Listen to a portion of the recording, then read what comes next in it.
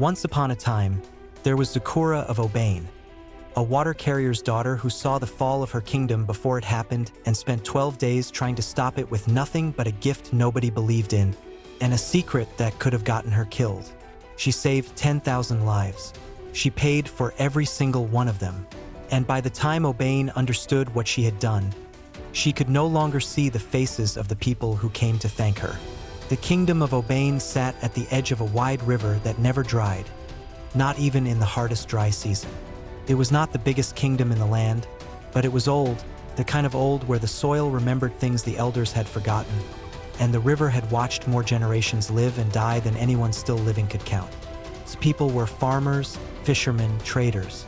They paid tribute to the king, minded their affairs, and trusted that the walls around them would hold. That trust lasted until the morning the river gave something back that nobody had sent into it. The first body was found before sunrise. It was below, an old fisherman who had worked that same stretch of water every morning for 30 years. By the time the women arrived to fetch water that morning, the current had already carried him halfway to the bend. He was face down, hands still gripping his net. They pulled him out and recognized him and buried him before noon. The whole village saw it as an ordinary event. The man was old, probably his heart gave out, so they all went back to their lives. But something else happened that put everyone in the storm, that it was no longer just an old man by the river. That same evening, 2 palace guards were found dead on the road. These are now young men, strong men who had stood watch at the palace gate every night without fail. They were lying in the dirt with no marks on them, no wounds, no sign of a struggle. The people who found them ran for the elders. The elders came and stood over the bodies and had no answers. By nightfall, every door in Obane was locked, and every fire was burning low, and fear had spread through the kingdom the way smoke spreads through a closed room. Zukura heard about the guards from her friend Amma, who found her at the well the next morning and grabbed her arm hard enough to make her stumble. Amma told her the guards were dead, that nobody knew how, that the whole village was bolting its doors and pulling its children inside. Zukura set her water pot on the ground and went very still. 3 days before that evening, she had been walking the lower road after a night of heavy rain. The ground was soaked, potholes everywhere, all of them sitting full of muddy water. She had been in a hurry and nearly walked past one of those potholes without looking down. But then she looked down. The water showed her 2 men lying still on that same road with no blood and no marks, a shadow moving away above them. She blinked and looked again, and saw nothing but a normal puddle on a normal road. She kept walking and pushed it from her mind. Now, Amma was standing in front of her describing the same 2 men, the same road, the same absence of marks or wounds. Zukura picked up her water pot slowly. When she told Amma she was going to the lower road to see for herself, Amma grabbed her arm again, told her the whole village was going inside, told her whatever had done this was still out there. Zukura pulled free and kept walking. The lower road was empty by the time she got there. The bodies had been taken away, but the ground still held the shape of where they had fallen. A sandal sat abandoned in the dirt. A burnt-out torch lay at the edge of the road where someone had dropped it running. Zukura stood over the spot and looked at it, and felt the weight of 3 days of silence pressing down on her chest. She turned to walk back. The pothole was right in front of her, the same one from 3 days ago, still full of rainwater, sitting completely flat and still in the middle of the road. Zukura's feet stopped on their own. Then the water before her changed. It went deep the way no pothole has any right to go deep, and something rose slowly from the bottom of it and took shape before her eyes. It was the palace gate of Obane standing wide open in the middle of the night. Figures moved through it low and fast, crouched the way people crouch when they are trying not to be seen or heard. And standing at the gate with one hand on the iron latch, holding it open from the inside for them, was a face she knew. Her breath left her body. The water went flat again. Behind her, she heard footsteps. She spun around, but the road was empty. The trees stood dark at the edges, and nothing moved between them. She turned back, and the footsteps came again, closer, right at her ear. She spun a second time and saw nothing but open road and shadow. Her heart was slamming against her chest hard enough that she felt it in her throat. She backed away from the pothole one step at a time, eyes cutting across the dark road, the trees, the spaces between the houses at the far end. Then the footsteps came a third time, but louder than footsteps this time. It was like someone was breathing, low and warm on the back of her neck, like something standing close enough to touch her hair. Zukura immediately ran. She ran 3 streets without stopping and did not look back once. When she finally halted with her hands on her knees and her chest heaving, the road behind her was empty and completely silent. She stood there until her breathing slowed and she could think again. 12 days was all she had to find out. She knew that the same way she knew her own name, with the deep certainty the water always carried when it showed her something that was going to happen. She had 12 days before someone opened the palace gate from the inside and let an armed enemy into Obane in the dark of night. She was just a water carrier's daughter, and she was the only person in the kingdom who knew she had this horrible gift. The gift had first come to Zukura when she was 9 years old. She had been at the river during the first rains of the season when she looked down at the water and saw her uncle collapse at his grain store on the other side of the village. She ran home screaming. Her father found his brother unconscious at the base of the grain store an hour later with a broken arm and a gash across his forehead. Her father came home that night and told her to stay away from still water and to never speak of what she had seen to anyone in the village as long as she lived. She tried for about 3 days. The gift did not care what she tried.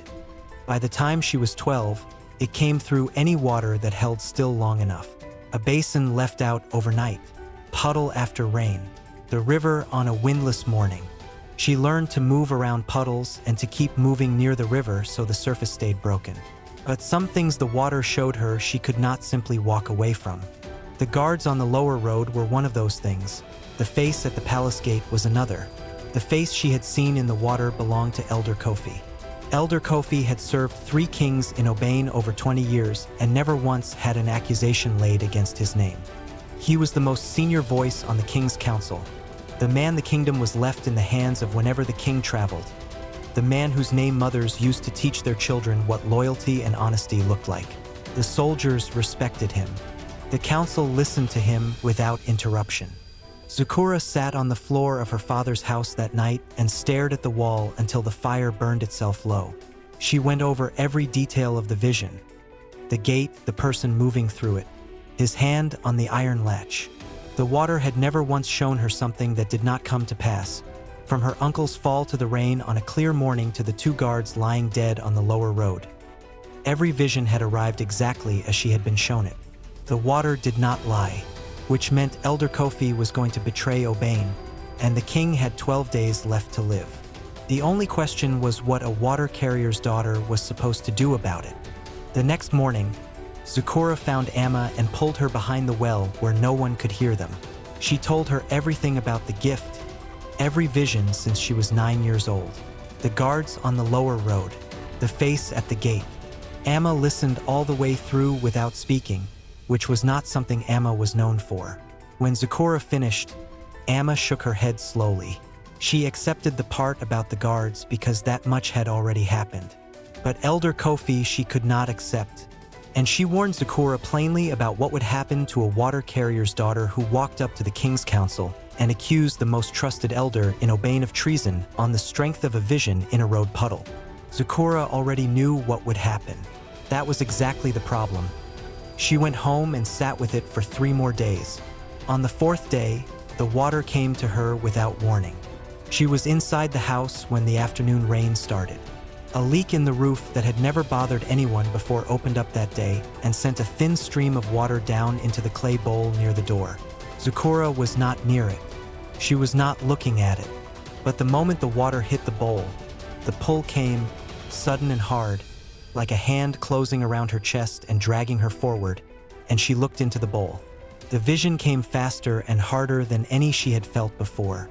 She saw the king's chamber inside the palace.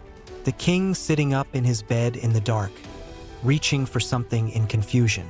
2 strangers walked through his door with weapons drawn. And behind them, standing in the doorway watching without moving, was Elder Kofi. The king fell. Zukura stumbled back into the wall behind her and stood there with her hand pressed over her mouth. This was no longer about the gate. This was about the king's life. She blinked, and something was wrong. The left side of the room was darker than it had any reason to be. She pressed her hand over her right eye and looked around. The darkness stayed. She pressed her hand over her left eye. The right side looked normal. She stood very still. She washed her face and waited for it to clear. By nightfall, the left side of her sight had gone half dark and was not clearing. That was when she understood then what the water had been quietly collecting from her all those years. Every vision, every glimpse since she was 9 years old, had taken something small from her sight that she had not noticed losing because it happened slowly, like water wearing stone. Now the cost was moving faster. Now it was visible. 9 days remained, and she pushed the fear about her eye aside and held on to the only thing that mattered. The king was going to be killed, and she was the only one who knew. By the 6th day, she had seen the complete plan in pieces. A servant was inside the palace paid to leave the king's door unwatched on the 11th night. Weapons packed inside grain sacks being carried toward the palace. 30 armed men from the kingdom of Azik camped at Obane's border, waiting for the signal from the gate. With each vision, the left eye went darker. By the 6th day, it was almost entirely gone. In shadow or low light, that whole side of the world had simply gone quiet. She told nobody because she had enough to carry. On the 7th day, Zukura went to the palace. She could not reach the king. There was no road from where she stood to where he sat. But there was a woman named Sefa who worked in the palace kitchen and had grown up 2 houses from Zukura's family. They were not close friends, but Sefa knew her face, and that was enough to try. She found her near the back entrance of the palace early in the morning and pulled her aside. She told her the king was in danger and described what she had seen. The gate, the strangers from Azik, Elder Kofi holding the latch open from inside. Sefa's face changed the moment Kofi's name left Zukura's mouth. She looked left and right fast, then leaned in close and told Zukura something that knocked the ground from under her feet. Elder Kofi had been removed from his position 4 days ago. A palace guard had reported seeing the elder exchanging messages with a rival kingdom. The king had placed him under house watch that same day, with 2 guards posted at his compound door. The palace had kept the whole thing quiet to avoid spreading panic through the village. After hearing this, Zukura walked home slowly. For days ago, she had still been seeing Kofi's face in the visions 4 days ago. She had seen his hand on the gate. She had seen him standing in the doorway of the king's chamber. But if he had been locked in his compound for 4 days, he could not have paid the palace servant. He could not have arranged the weapons in the grain sacks. He could not have met with the Azik messengers at the river bend, and that only meant someone else had done all of that. And that same someone had reported Kofi to the king to get him out of the way. Because with the most experienced man on the council locked in a compound, the king had lost the one voice that might have noticed something was wrong. She had spent 7 days watching the wrong man. Zukura went back through every vision in her mind. The gate, the hand on the latch, Kofi's face in the dark of night, wearing his white elder's cloth, wearing the ivory pendant he never removed. She had seen the cloth and the pendant and had filled in the face from what she expected to see standing beneath them. Zukura had no choice but to return to the river even though her sight was almost gone. When reached there, she knelt at the bank knowing what it was going to cost her. But 5 days remained, and she was looking at the wrong man, and she could not afford to stay wrong. She looked into the water. The river settled and the vision opened.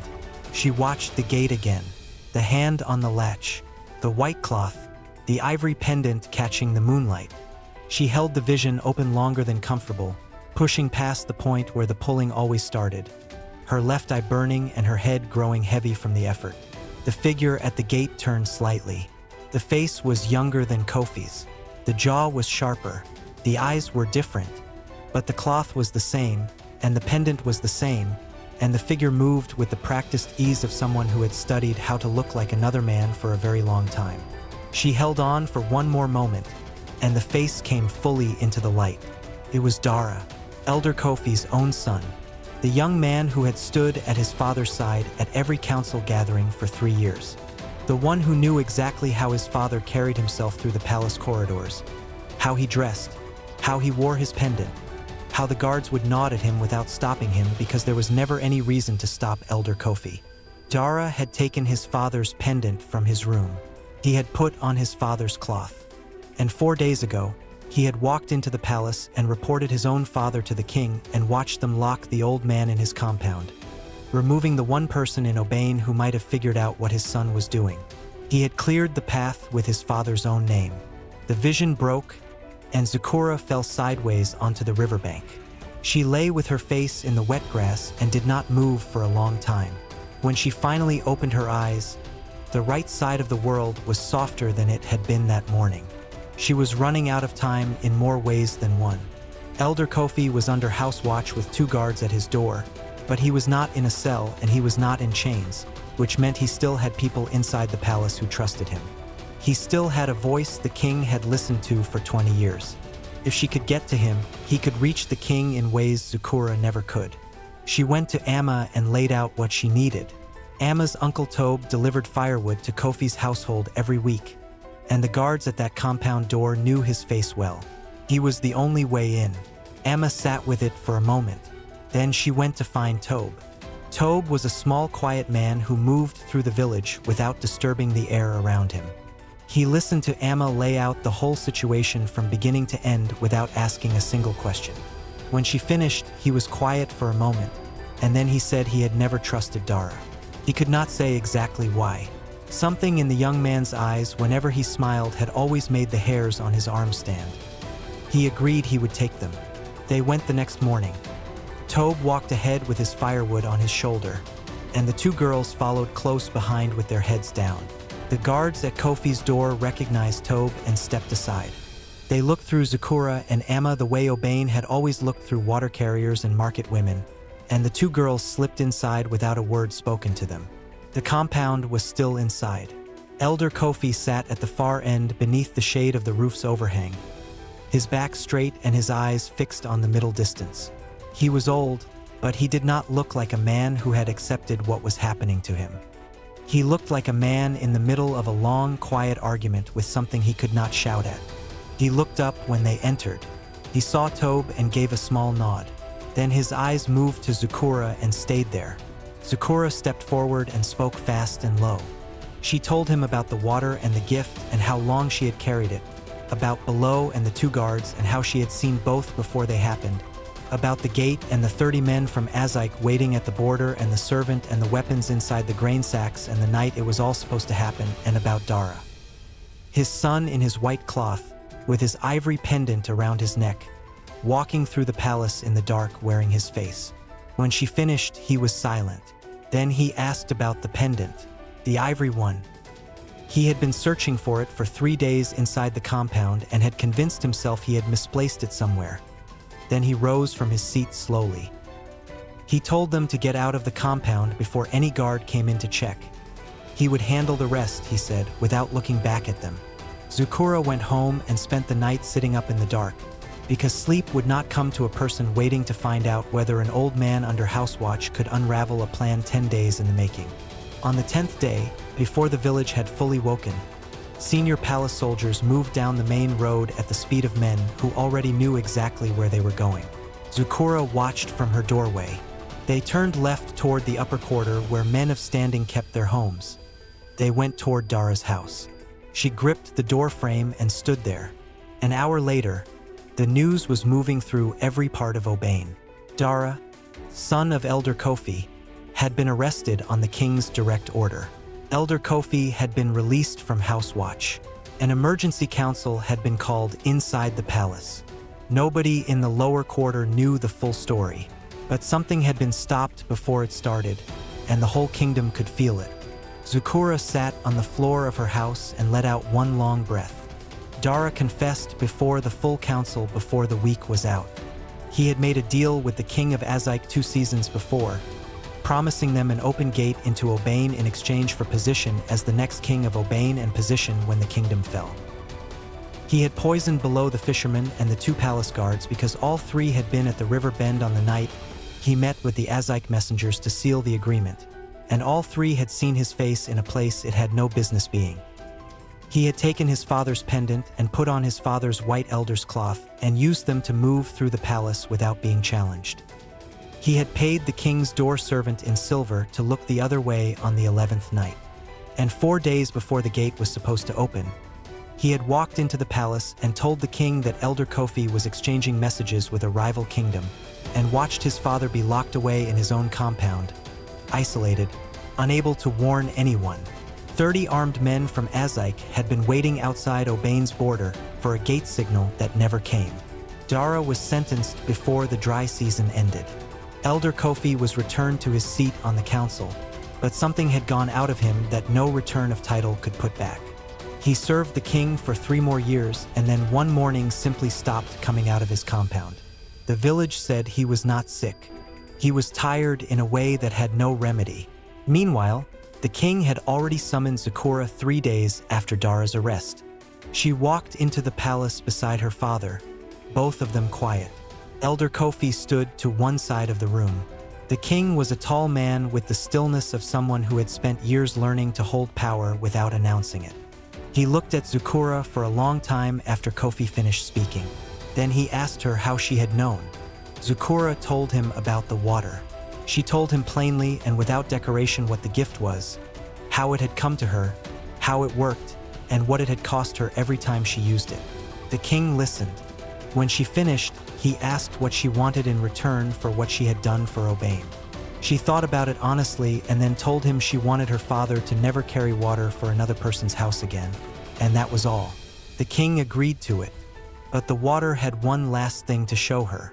That same afternoon, rain came suddenly and a pool formed in the dirt of her doorway before she could step back. She looked down before she could catch herself. She saw her own face in the water, not as she was now, much older, sitting outside a small house with children gathered around her in a circle, all of them leaning forward, listening to every word she said. Her eyes in the vision were white, both of them, completely white, no color left in either one. Zukura lifted her gaze from the puddle and stood in the open doorway while the rain fell around her. She pressed one fingertip gently to her right eye, and as usual the world on that side was softer than it had been that morning. She had known this was coming. She had felt it leaving, little by little, every time she looked into still water and let the gift take what it wanted in exchange for what she needed to see. She had known, and she had kept looking anyway because there had been no other way. The water gave the gift, and the water named its price, and there was never any room in that arrangement for argument. She simply stood there until the rain stopped. The left eye was gone by the end of that dry season. The right eye held on for 2 more years, fading the way the sky fades at the end of a long day, first at the edges, then in the middle, until one morning it simply did not return. By the time Zukura was 20 years old, both eyes were white and the world had gone dark around her in every direction. She was not bitter about it. Everyone who knew her says that, and they say it the same way, as though it is the first thing anyone should understand about her. She had known the terms of the gift from the beginning, and she had chosen to keep looking. There was nothing more to say about it than that. The water never fully left her even after the sight was gone. In complete darkness, she could still feel it when the rains came close or when she sat near the river. Not visions anymore, but something quiet, the feeling of old company. She became the woman of Obane that people brought their most impossible problems to, sitting outside her small house every morning with her white eyes turned toward the sound of whoever was coming. Word spread beyond Obane to other villages and distant kingdoms, and people traveled long roads to find a blind woman sitting by a river and ask her things they could not ask anyone else. They called her by the name that still carries across that part of the land whenever the dry season breaks and the rains return. Zukura, she who drowned in tomorrow so that her people could live to see it. The children of Obane still hear this story when the rains arrive and the potholes fill with water, and one of them makes the mistake of standing too long at the edge of a puddle, looking down at something that should not be there. The elders pull them back and say the same words that have been said in that kingdom for generations. The water remembers, and not every eye that looks into it is ready for what that looking will cost. The end.